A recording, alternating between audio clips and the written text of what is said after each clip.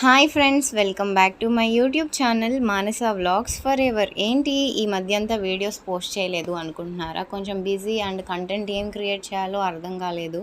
So ఇవాళ వీడియోలో ఏంటంటే గ్రోత్ స్టేజ్కి వచ్చిన నా గార్డెన్లోని మొక్కల కోసం నేను ఆర్గానిక్గా ఒక మంచి ఫెర్టిలైజర్ని అయితే ప్రిపేర్ చేసుకుంటున్నాను. అది గ్రోత్ స్టేజ్లో మొక్కలకి ఇస్తే మంచిదని నేను విన్నాను. అందుకే నేను ఇంట్లో ప్రిపేర్ చేసుకుంటున్నాను ఆర్గానిక్ ఫెర్టిలైజర్ ఒకటి.